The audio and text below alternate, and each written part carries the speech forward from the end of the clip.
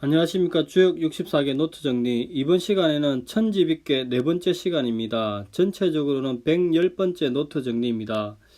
이번 시간에는 천지비의 구오와 상구에 대해서 노트 정리한 것을 같이 바라보겠습니다. 자, 먼저 한자를 같이 한번 읽어보겠습니다. 자, 구오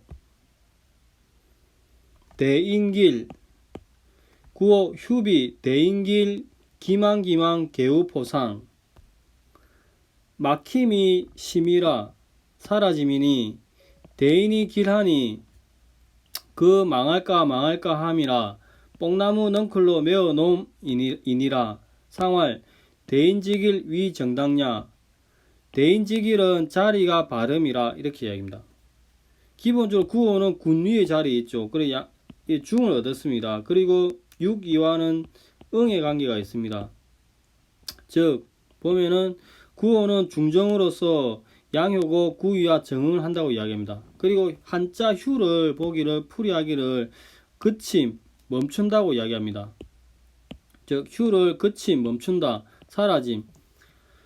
이제 이때 이제 막힌 상황에 대해서 이제 6사부터 전환의 시점이 오는데 구호에서 이제 막힌 상황의 종료를 기뻐하지만 말고 기망기망 개혁포상 의미처럼 언제든지 닻이 막힐 수 있다는 위기의식을 가지고 매일 경계하면서 잘 관리해라 이렇게 이야기합니다. 즉 기망기망의 의미에 대한 상징성을 도출하기를 그 기망기망 즉 그 망할까 망할까 하는 의미를 망할까 망할까 그 망할까 망할까 하는 의미를 보면은 이렇게 기본적으로 망할까 망할까 염려해서 하루 종일 위기의식을 가지고 진행해야 된다 이렇게 이야기합니다. 즉 관련하여 개사전에는 이렇게 되어 있습니다.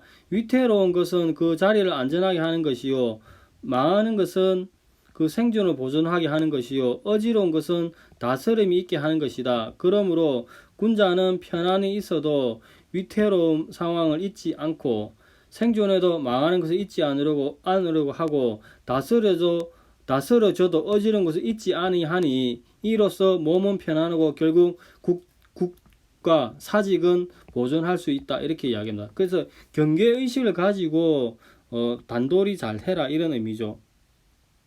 기본적으로 이제 이 효에 대해서 이제 황태영 교수님도 설명하시기를 구호는 시대가 바뀌었다. 막힌 상태가 타파되고 다시 질서를 세울 수 있는 상황이 되니까 대인이 이미 이때 대인은 이제 그 역사적으로 개혁 세력이 문왕을 의미합니다. 문왕으로서 모습을 드러내는데 그러함에도 대인이 하는 일은 길하지만 그 상황은 망할까 망할까 우려하는 극단의 조심 속에서 걱정 속에서 이루어진다고 이야기합니다. 즉 이런 경계의 의미는 뿌리가 튼튼한 뽕나무 그루터기에 묵듯이 만전의 조치를 다 해서 취해야만 성공에 이룰 수 있다고 이야기합니다.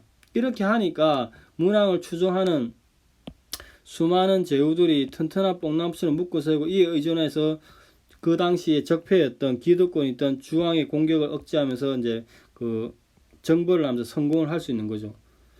이제 우리가 효를 받았을 때는 이제 이때 그 기망의 경계의 의미와 개우포상 뽕나무 넝클에 묶는다는 이 의미가 내가 실제로 21세기에 효를 받았을 때 어떻게 구체적 상황에서 맞게 적용을 할 것인가가 조금 더 고민이 되고 어려운 지점이라 생각이 됩니다.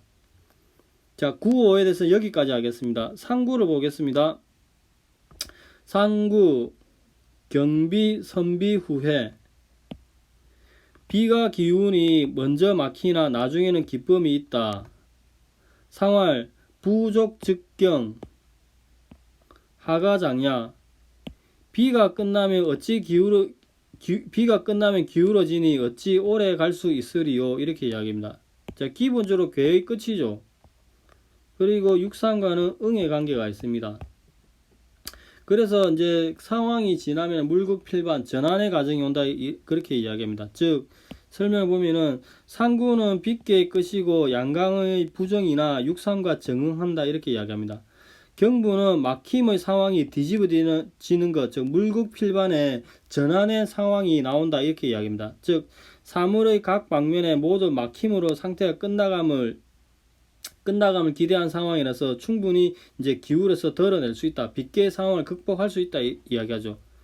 즉 막힘이 완료되고 종료가 되니까 새로운 변화가 생길 것을 암시를 합니다. 즉 막힘이 끝에 가면은 이제 결국 전환이 되니까 그 기울어지니까 결국에는 막힘의 상황이 오래 가지 못한다고 이야기합니다. 그러면은 우리가 효를 받았을 때 이제 전환이 되는 좋아지는 시점이죠. 천지빗계 비석한 시에서 이 경에 기울어진다고 이야기하고 희가 기뻐하는 시점이 나오는데 기울어지는 시점을 언제인지 판단을 하기가 어렵다는 점이 문제점이죠. 실체적으로는 있다고 이야기하지만 그래서 이 효를 받았을 때 전환의 시점 터닝 포인트가 언제인지 이제 검토를 할 필요가 있죠. 그리고 이제 주역은 계속 이야기하죠. 변화의 학문이라 이야기하는데 10이 이제 이 빗계의 제일 마지막 글자가 휘입니다. 휘. 기쁨으로 끝나는 거죠. 비색한 시절에 있다가 제일 마지막 휘, 기쁨으로 끝나는 거죠. 근데 11번 지천태의 제일 마지막은 보면은 인으로 인색하도록 끝납니다. 그래서 이렇게 11번 계에서도 이렇게 전환의 논리가 있고 인으로 전환의 논리 있고 12번 계에서도 이렇게 비색한 시즌이면 막판에는 이렇게 전환의 논리가 있다. 이게 주역을 공부하는 묘미죠. 매력입니다. 자, 여기까지가 이제 일반적인 설명이고 다산의 설명을 같이 한번 보겠습니다. 자, 글자를 먼저 읽어보겠습니다.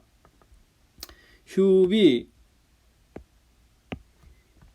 대인길 기망기망 개우포상 상활 대인직일 위정당냐 소인이 휴식하니 대인은 길할 것이다. 혹시 망할까 망하지 않을까 망할까 망하지 않을까 하는 심정으로 조심하여야 열매가 겨우 뽕나무 떨기에 매달려 있을 것이다. 상활 대인이 길하다고 한 것은 그 처해 있는 위치가 정당하기 때문이다. 구호니까 제대로 있는 위치죠. 자, 휴비 이제 소인은 휴식하나 대인은 길할 것이다 하는 의미를 보면은 휴식하는 이미지를 보면은 여기에 천지빗계 본계가 이제 구오가 효변하면은 화지진으로 변하죠. 이 화지진은 뇌산소가에서 왔습니다. 뇌산소가는 전체적으로 대감의 일이 있죠. 감의 일이 있는 겁니다. 그 노동이 있는 거죠.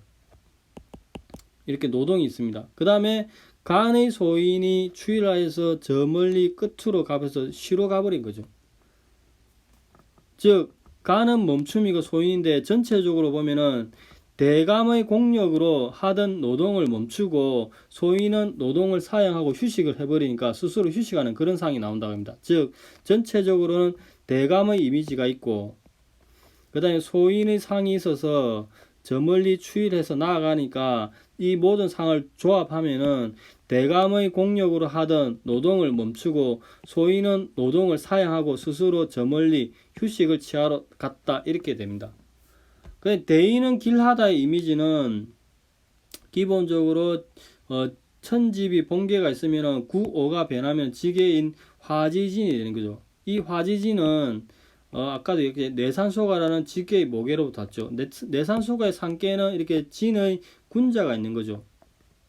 그래서 소인은 휴식을 하러 여기서는 소인이 휴식을 하러 간 거고 진의 군자는 이렇게 추일하게 되면은 리의 남쪽이 나오죠. 그 남쪽의 공국을 다스리러 가는 거죠. 즉 소인은 휴식에 들어가고 진의 군자는 남쪽을 향해서 정치를 하니까 남쪽으로 나아가니까 정치를 해서 학계에 있는 이 공의 나라를 바르게 다스리니까 대인은 길하다 이렇게 이야기합니다. 그 다음 기망 망하지 않을까 이렇게 이야기하는 것은 이게 천지비 본계가 상옥계를 취하면은 풍산점이 되죠.